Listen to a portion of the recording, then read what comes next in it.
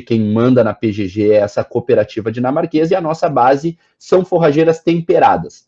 Mas, obviamente, né, a gente monta diferentes tipos de arranjo e eu vou indicar o que for melhor para o produtor, mesmo que eu não trabalhe com aquele material, porque, né, o que a gente busca é rentabilidade para o produtor e, obviamente, ele vai ter a necessidade de trabalhar com alguma temperada estando no sul do Brasil. Mas, então, depressão central, litoral, fronteira oeste, base é perene tropical. Esses 30%, 40%, 50% é perene tropical. E, obviamente, isso pode ir aumentando, né? O 30% é o mínimo. É o pulmão. É onde eu consigo, no momento de falta de chuva, no momento, o momento que chove demais, é onde eu tenho capacidade de suporte, é aonde é a primeira, é a que eu tenho, eu não preciso contar com uma semeadura todo ano, porque ela já é perene, né? A perene é necessária. A perene, se falando em El Ninho, é necessária, raízes profundas, é a que vai responder. Então, depressão central, fronteira oeste, litoral, base perene é Panicum, braquiárias, os Cynodons, né, Tifton, Gigs, Hermátria, capim, elefante, nós temos um grande grupo das perenes tropicais, né? Então, sendo ela via semente ou sendo ela via muda.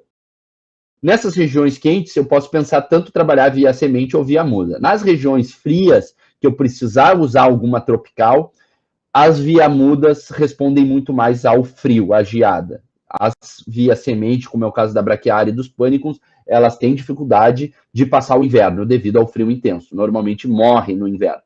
Então, nessa região quente, a base são tropicais.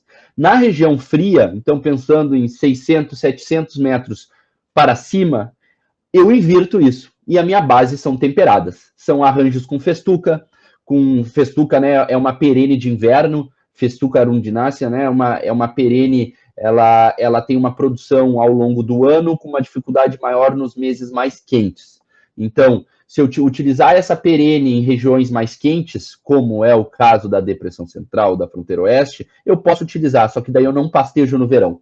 Eu fecho a porteira 1º de dezembro e eu volto a pastejar final de fevereiro.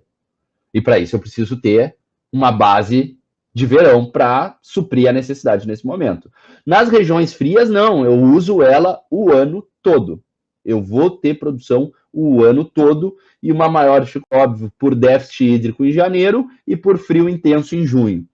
Então eu invirto isso e a minha base vai ser as temperadas. Então é isso que eu penso em montar a base do sistema forrageiro. E daí o resto são cerejas no bolo, né? São para completar esse arranjo, né? Que daí eu tenho dentro da mesma espécie, que é dentro do Lolium multiflorum, que é o azevém, eu tenho azevens que vão em vegetativo até final de setembro, azevens que vão em vegetativo até final de outubro, e eu tenho azevens que entram em dezembro em vegetativo, morre por excesso de calor.